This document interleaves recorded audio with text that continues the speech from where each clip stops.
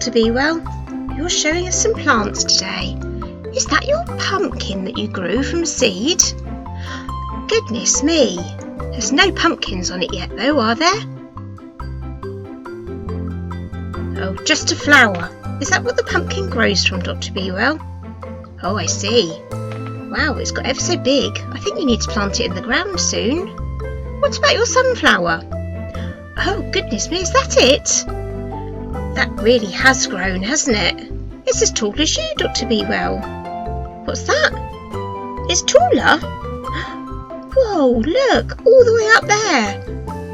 Oh, there's no flower on it yet. Does that mean it's still growing? Gosh, and it's ever so tall already. In fact, it must be almost double your height. Wow. I think before long, children, that sunflower could be as tall as I am. Mind you, that's not difficult really, is it, Dr. Bewell? Dr. Bewell, hey, Dr. Bewell, where are you going? There he is. What are you up to, Dr. Bewell? You disappeared ever so quickly.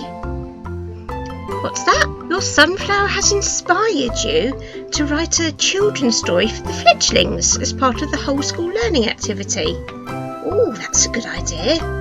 I really look forward to seeing this story then, Dr. Bewell. Do you know what you're going to write about? Oh, it's based on a children's classic. Okay. All right, we'll let you type that then, and we'll look forward to hearing your story, Dr. Bewell. Dr. Bewell goes over the rainbow.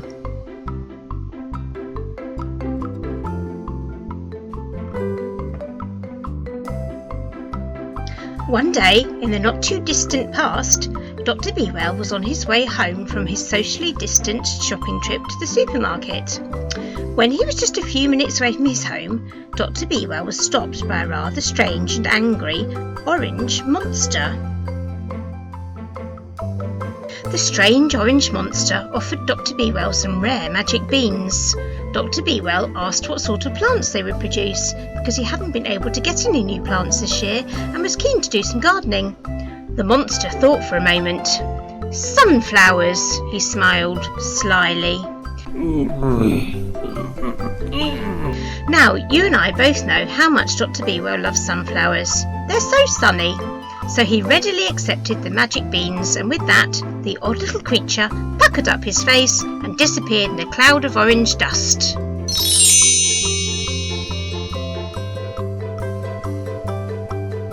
That evening, Dr. Bewell ate a lovely nut roast before spending a very pleasant couple of hours pottering in his garden, planting out his magic beans.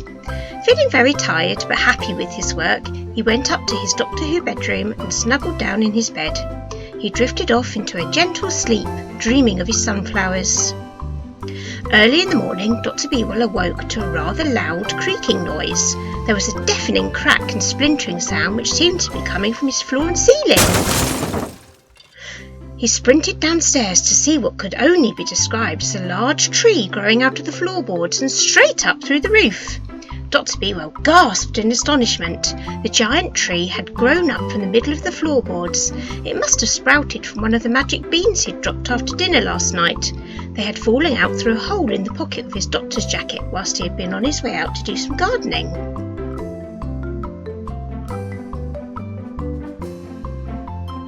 The tree was actually the most enormous sunflower anyone in the world had ever seen. It was so tall it had grown straight through the roof and then disappeared up above the clouds. Dr. Bewell couldn't even see the flower head right at the very top.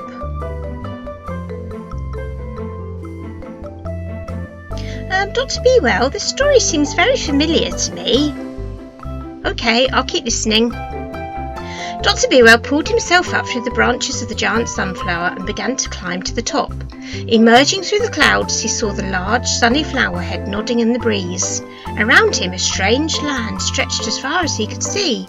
He was over the rainbow. Everywhere Dr. Bewell looked, there were fluffy creatures. As Dr. Bewell stepped down into the land of rainbows, the fluffy creatures surged towards him, singing and purring as though very happy that he had arrived. They all tried to speak to him at once, and Dr. Bewell had trouble understanding what they were trying to say.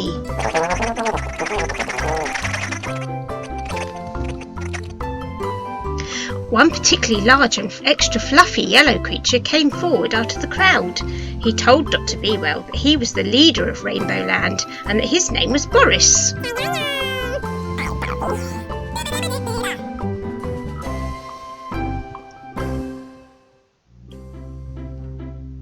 Boris explained that an evil wizard, Corona, had taken over their land and was making everyone poorly. Oh,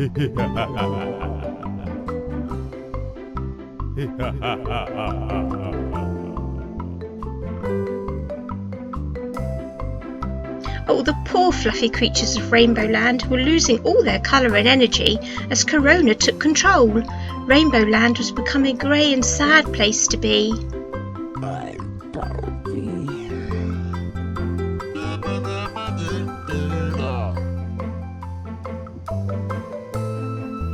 Fluffy Boris explained that he didn't know what to do and was desperate for Dr. Bewell to help the creatures of Rainbow Land defeat the terrible Corona wizard.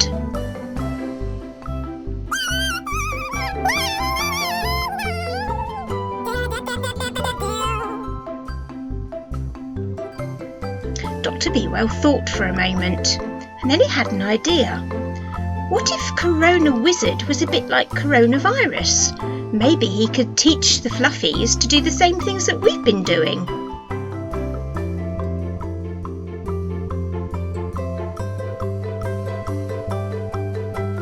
Dr. Bewell explained to Boris that the best way to beat Corona was to wash your hands. Oh, but then he realised that the little creatures didn't have any, so he would just have to think of something else.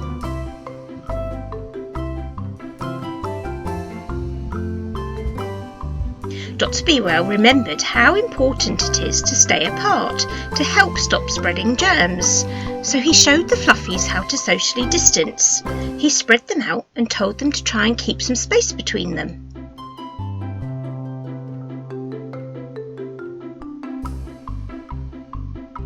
The Fluffies of Rainbow Land did what Dr. Bewell said every day until eventually they beat that nasty Corona and he went away.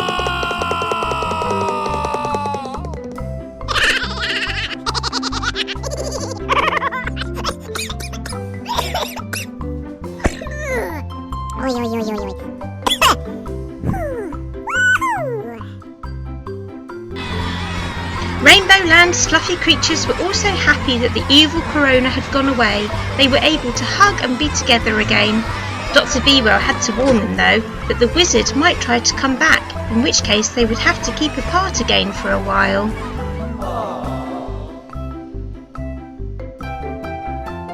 To show how grateful they were, the fluffy creatures of Rainbow Land formed themselves into a rainbow. Dr. Bewell thanked them all and explained that he would have to go now because he had other people to look after, but he worried about whether the Fluffies would be okay once he left. The Rainbow Land Fluffies wanted to reassure Dr. Bewell, so they promised to show him they were okay by making rainbows in the sky. What a wonderful idea! So, if you ever see a rainbow, you know that Rainbow Land has kept Corona away, and if you keep your distance from others, like them, and wash your hands, you'll help to keep the nasty Corona away too.